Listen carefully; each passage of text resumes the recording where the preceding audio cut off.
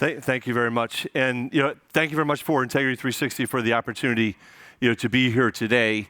Talking about resilience, I'm sure you've learned a lot about that topic throughout this conference today and others that you may have attended. And I just learned a few right here from York. The supply chain visibility. That's a resilience topic. Right? There's a few other points in there that I really liked that you hit up, very practical things that I'll touch on also in my presentation. Last week is I think my fifth time or sixth time in Ireland in the last 6 months, which means I think the topic of cybersecurity is so important here in the Irish market. Ik woon in Nederlanden, so it's not a long trip, and I love to be here, especially where customers want to talk about resilience. I attended a conference last week and I heard a lot of wonderful presentations. One from Irish Healthcare, a healthcare executive, talked about the usage of frameworks to your advantage, control frameworks, capability development frameworks, and then frameworks like MITRE that allow you to really measure, go that third dimension. That's also a resilience technique. So hopefully I'm going to hit a few things here, maybe a couple others that some of which you probably know about, and maybe a few things that you don't know yet or that might be new to you. So I'm going to hit on these things here. Ransomware, you think, I've heard about ransomware forever, and we're going to keep hearing about it forever, unfortunately, because it continues to evolve. I think the AI risk conversation is absolutely essential, and I'm going to take two angles on that. One is how you think about protecting and making your workplace secure for AI, and secondly, how you might take advantage of that in a very, very important resilience topic, which is security operations. And by that, I mean, how do you reduce that mean time to respond? If you're not investing in security operations capability today, you're going to have a hard time meeting requirements like NIS2, but more importantly, you're going to have an open door for attackers. So security operations is something I'm very passionate about, so we'll talk a bit about that. Okay, let's hit ransomware. I'm not going to hit all of these pieces here, just a couple of highlights. One is, and I think the geopolitical situation today really brings this one to light, hacktivism. In fact, there was just something about hacktivists in the news just a couple days ago. You'll probably hear that multiple times a week as things heat up around the world, unfortunately. But hacktivists, what do they think about? They think about making a big splash. Think about ransomware actors who are after your money. They just want the money. They don't necessarily want advertisement. They don't want a big splash. Hacktivists want a big splash. So what are they going to do to make a big splash? They're probably going to destroy something, maybe blow something up, disrupt something really important. So all of you guys who are in critical infrastructure, transportation sector, manufacturing sector, government, defense, healthcare, those are all major targets for hacktivists, as well as we'll say the cybercrime gangs in ransomware. So keep on mind that can happen very quickly. You don't want to have to respond to that. Most importantly here, I think, in this side, and again, in relation to things like NIS2, protection for your operational technology. I definitely have spoken, I think almost every customer that came to our booth this morning, at least I'd say 8 out of 10, had some sort of operational technology networks, environments in their business, whether manufacturing or other sectors, pharmaceuticals, for example. Very, very important. And I think Jorg mentioned that was one of the weaker links that he heard. Haven't touched a lot about cybersecurity. So that is definitely an area of where you need more security, but actually we need more awareness. Right? And I'm going to touch on the cultural aspects of that part. So what do I think is important for ransomware resilience going forward? And the first thing, I'm going to hit on three things. Right, the first thing is definitely in the email side of things. Right? This is from our telemetry, from our intelligence and our email security platforms, what we see getting through different types of productivity suites, for example. Many of you have adopted those. Please take a defense in depth approach to that if you want to be resilient against ransomware. Credential is the number one target. And why is that? Because attackers are lazy. They just want the credentials. They want to get access to critical systems, remote access systems. They want those credentials where they can escalate privileges really easily without being detected. Right? That's a critical thing there. There's a few other areas here that I'm going to hit on because email is one factor, but there's a lot of other areas where malware can enter, right? In terms of custom business applications. Anybody in the financial sector have an application where people are submitting files? I'm sure there's many of you here are doing that. You might have other types of applications where customers have to submit files. Where do those files go to? They go to a storage system. Could be an S3 bucket, could be SharePoint, could be something else. In our telemetry, by scanning those particular storage environments, we found that almost 50%, 47.5%, honestly, by the last statistics, were malicious detections. So looking at your storage environments becomes a really critical ransomware defense, a really critical resilience step, and looking for those for data loss as well as for malware. A lot of you are probably using sort of signature malware detection capabilities there. Take the next step and look beyond that. What are your other collaboration areas? Slack, okay, cross-business collaboration. Your different SaaS applications that you might collaborate with across businesses with. Those are also entry points for malware and ransomware as a byproduct. Scan those particular, increase your detection capability on those particular channels is something I really would like to emphasize with you. And then a couple areas that are not really on this slide here, but when it comes to phishing, because Jorg mentioned it, and I heard it just the other day from another Dutchman who was speaking about practical steps. And that is about your users. Every one of you here is a user, most likely, or in IT security for sure. Please don't call the users the weakest link. Please don't call the people in the business, the employees, the weakest link for phishing. They're part of the solution. In my experience, people who can report, people who are ready, not just aware, but those who are ready to report. Now, the other day, I think it was a couple weeks ago, I was in my office and my daughter came to me and she said that somebody called her or that she had a malware on her phone and to download something. Now, she downloaded the application, but she did know to come to me and report it. So she was at least ready to tell me that there was a problem there. Please make every one of your users ready to report, at least recognize and then report. That's really what readiness is. Awareness is really not good enough. Awareness is there, but make sure that they're ready to report that. So that's a really key point that I'd like to emphasize with you, aside from the technology recommendations. Please do that. Looking at the industrial side of things. Now, you may not see this anywhere else, but I would guarantee you that every one of you is familiar with the cloud shared responsibility model, right? Anybody not familiar with that? It's come again, back and forth, has come to be re-emphasized. I would like to introduce to you and to the industry an industrial security shared responsibility model. Now, the levels here, the green and yellow, those are my just examples of where the responsibility lies. But this is extremely important when it comes to the defense and industrial and OT technologies. Time and time again, what I hear from our customers that we are protecting in this particular space is that the vendors, they don't know their role in terms of incident response. Vendors being Emerson, Honeywell, Philips, those manufacturers that are bringing this technology to you. Right? They might even be bringing security technology with them, but maybe they don't update it for a whole month. Right? I hear that. Right? The configurations that they do are not optimal. I hear that all the time. So they're not really sure of their responsibility and their role. The IT guys, they need to know that the culture in OT is different. Safety is more important than patching. Right? So you can't destroy things. Right? And if you do that, you're gonna have a hard time just with the business, but you're not going to improve the security program. So culture awareness for IT guys understanding how operational technology works is important. And also from the OT side, asset visibility is probably the number one use case here, and that's good. Endpoint protection, maybe number two. But let's think about segmentation, monitoring, and there are different types of operational technologies out there. Some that are embedded, some are in IoT space. So this is a complicated environment to understand. So OT guys need to understand also what are the different types of security controls I need to have, and also how that contributes. Whether you have an IT, OT SOC or not, that's really an organizational decision. I've seen it go both ways.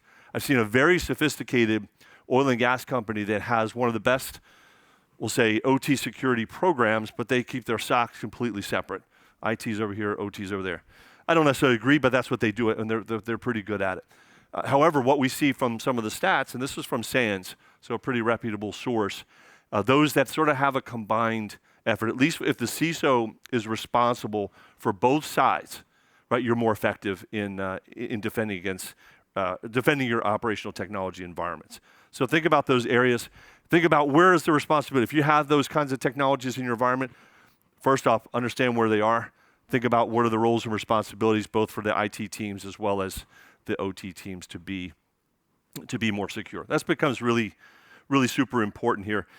Listen, I'd love to have a conversation with anyone about this particular model.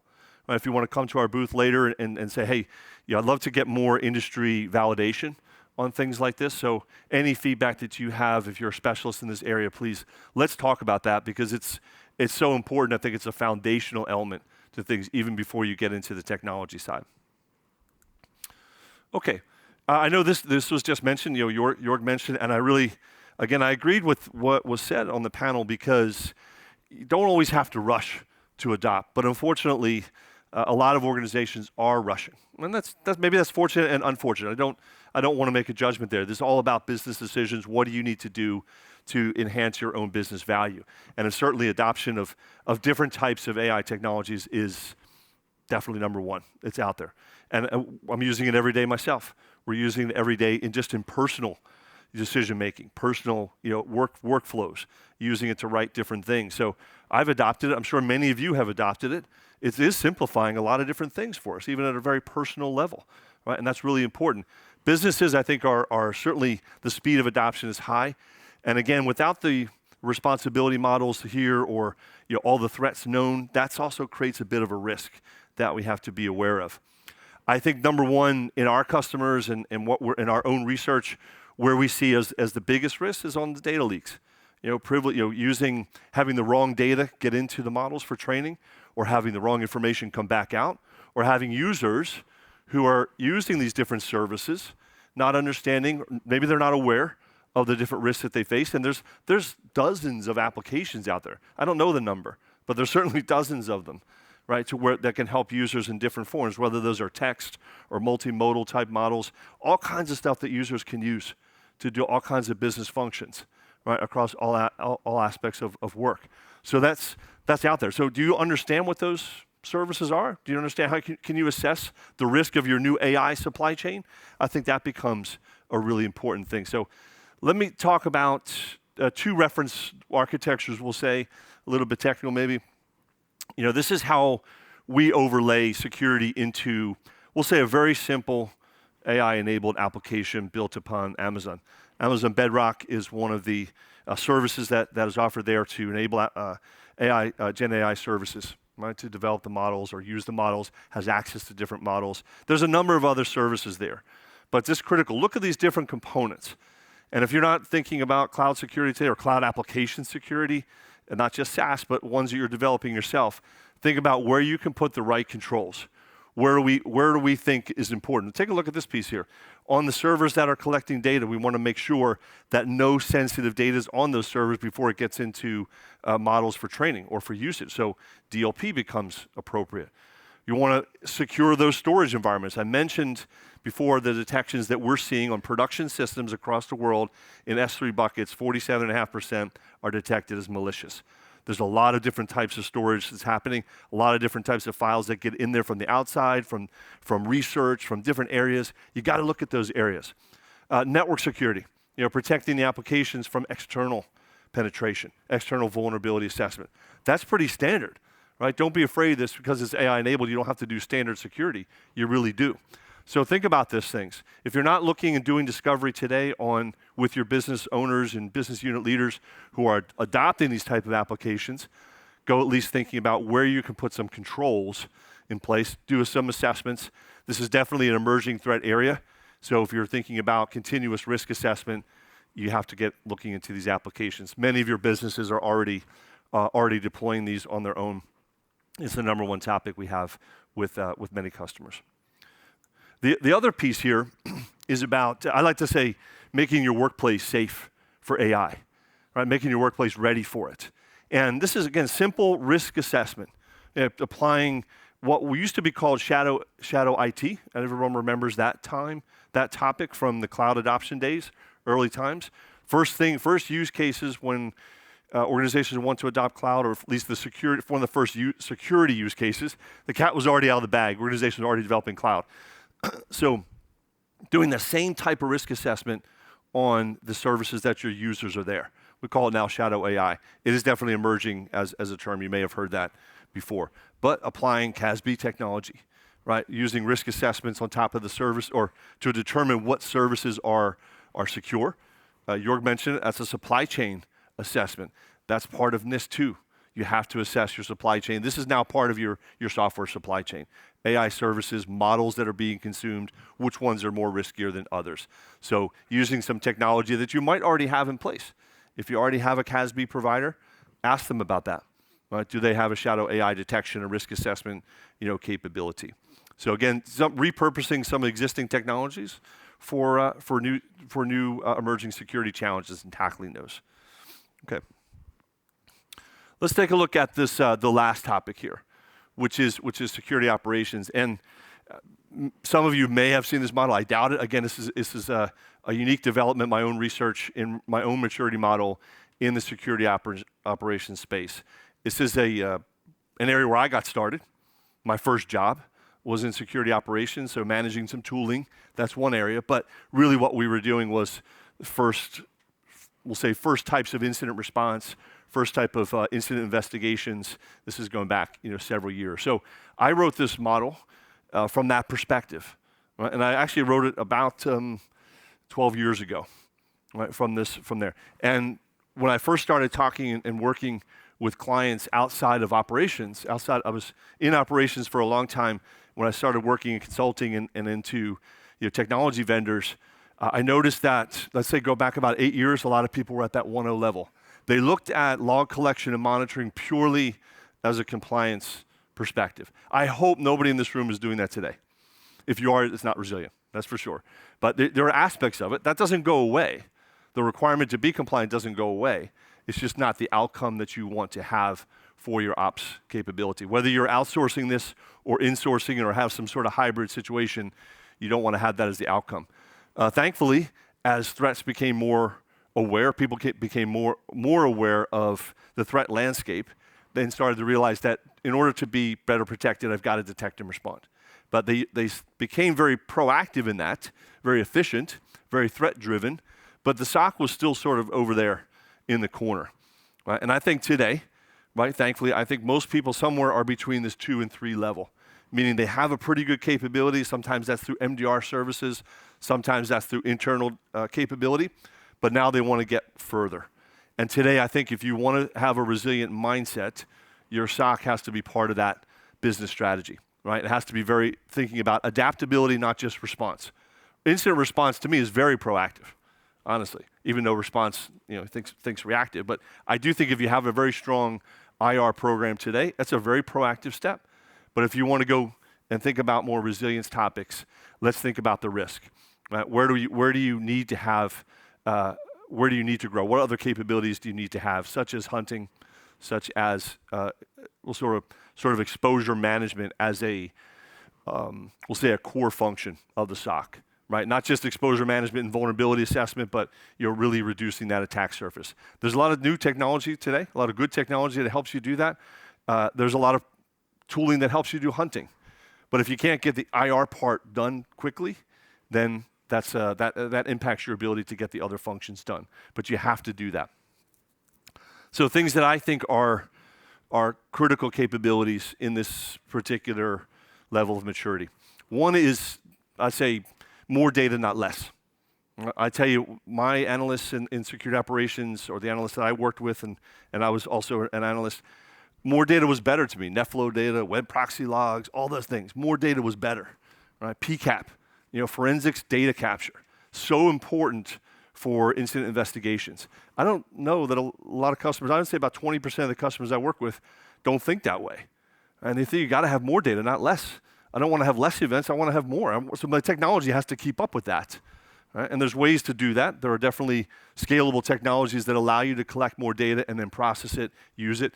Agentic AI was a good sort of a new enabling technology to that, but you got to have the storage first, and you got to do it. So maybe traditional SIEM, and I don't mean SIEM in a bad way. I'm not want to knock that environment. What I mean is that singular approach of bringing all your data into one place and having a very rigid data collection environment is a little bit not the best thing. So I call that distributed XDR. There could be a better term for that, but distributing detection and response capability throughout the different functions. So that could be data detection and response, that could be cloud detection and response, workplace XDR, I predict will be a topic, next year. As Gartner starts to think about workplace security, and unfortunately Gartner influences a lot of thinking and decisions that people make, and this one happens to be a good one. Workplace security as a whole is a new security architecture concept, and I think that will actually have an impact on security operations to distribute that. It's also a way to tackle the talent shortage. If the technology is good enough to enable detection and response at lower levels in the business or different parts of the business versus just a sort of monolithic SOC, you're tackling the talent crisis, and you're also improving resilience overall. So a couple other things here. Definitely this is where the first usage of AI, both from the large language model effect, or more importantly, we're using more small language models focused on incident response and investigation and triage, embedding that in various levels of the portfolio. I think that what was set up here is very right. Having the focused data set allows you to get to some better outcomes quickly. Now, we're taking it a little bit slow, but we're embedding AI across the platform. But what we're seeing in the incident, where I think we're really good today, and where the industry is definitely in the triage automation space, right? Going through alerts, allowing you to get through those, providing context for those alerts, and helping an analyst do that first level of triage. There's been a couple of good blogs posted recently. One person that I follow, his name is Chris Jordan. He's an old friend from before, and he's runs a new technology company, but is very experienced in security operations. And I think that level 1, 2, 3 concept in the SOC may be changing, right? It will be changing, right? Especially with the onset of AI. So what we're seeing in the triage space, very important. I think the next becomes scoping and some response actions, right? We're already there with some playbook development, right? That's a really important step forward. So if something happens, I want to create a playbook that takes actions. Right? That's the next level of automation. I think that needs more bearing out, but it's certainly coming very quickly. End of this year, reactions and automated playbook generation will be available. Right? It'll be available on our platform, but it'll be available, I think, in others as well. Right? That's how fast things are moving in the SecOps space with AI. And I think the agentic AI piece also becomes really important. However, there are other areas. One of the things that our pro services teams are doing now, we're using a tool that they built internally called Sidekick, which allows things like the detection engineering part to be more effective. Writing rules, doing parsing, that used to be a big challenge. Still a challenge for many organizations, especially in the SIM side. So we're using AI, we call it Sidekick. Our teams are using that to write rules, both for the platform, the sensors, but also for data parsing. And then finally, another homegrown tool, and these things were developed in under a year with very little investment, right? And that's amazing, right? Because that's how fast the technology is evolving, that you can get outcomes from small teams doing focused work. The third part is in threat intel. And one of the key things for threat intelligence is an RFI, a request for information. And that can be done by a human, can do some research, and he produces a report. That's fine. We're evolving that space as well to start using AI to do threat intel research and reporting. Sort of like first level, right? Not really level 2, level 3 type stuff, but reporting, RFI creation, standardization on trend reports to the point where we can generate weekly, daily, verticalized threat reports for our teams in the field to be more aware of things and send those to customers as well.